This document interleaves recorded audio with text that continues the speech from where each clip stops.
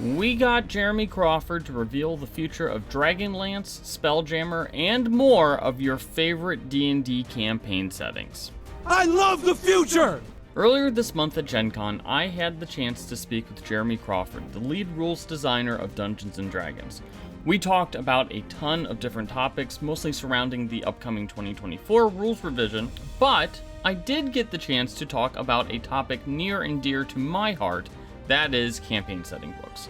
The topic came up in the press suite at Lucas Oil Stadium with a full array of Planescape books sitting behind us, and as we discussed the 2024 rules revision, Crawford mentioned that a strength of this 2024 rules revision was that it meant that Wizards didn't need to quote-unquote reset the clock and revisit old material to make it compatible with a new edition. His quote, "We can focus on new innovative books, and we can also revisit things." A little later on, he said, "Because we know people still can get Curse of Strahd, we don't need to do a new version of Ravenloft. We might certainly return to the Domains of Dread, but it means that we can again go on brand new adventures." Because Crawford mentioned Ravenloft, I took the chance to bring up the recently released campaign setting books.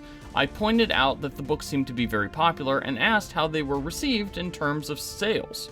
"So our campaign setting books are very popular," Crawford said. "People love, whether they're classic ones or new ones like the Magic the Gathering books, setting books that we've done. And they're often among our most popular books. And we love them because they help highlight just how wonderfully rich D&D is." A little bit later on, he said, "And so we feel it's vital to visit these settings, to tell stories in them, and we look forward to returning to them. So we do not view these as one-shots." A little while into the conversation, I pointed out that one of the biggest criticisms of the campaign setting books is that players want more frequent returns to worlds like Dragonlance and Ravenloft and Planescape. Crawford's response is that while the D&D design team wants to keep exploring the D&D multiverse, which means exploring both new places and returning to familiar beloved places, they're also mindful of how much content they put out in a given year. "So like many people," Crawford said, "I love deep dives into various settings because I'm a D&D fan first. I've been a D&D fan since I was 6 years old. And yeah, it's so fun to get all of that detail. But we also know, after years of looking at group play patterns, if we give you too much information, really all we've done is given you a bunch of material you have no time to use. And so our approach is to spread it out more, to give people time to actually play the adventures they bought." Crawford went on to explain that D&D's current model is a play-first approach, and that they put out material at a pace that players can actually play through a lot of it. Crawford and the D&D design team's approach is that the real magic of D&D isn't the worlds that are explored in the books, it's the stories that take place at the table, the ones that no one could imagine when preparing a game. Crawford said, "Play is when there are those moments that surprise even the dungeon master and make people gasp or cry or laugh or shudder in terror if it's a horror game.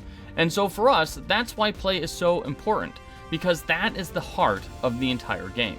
Now, if you've ever watched some of our videos, you know that we're big fans of the D&D campaign setting books, and we're frustrated by the lack of support these settings get.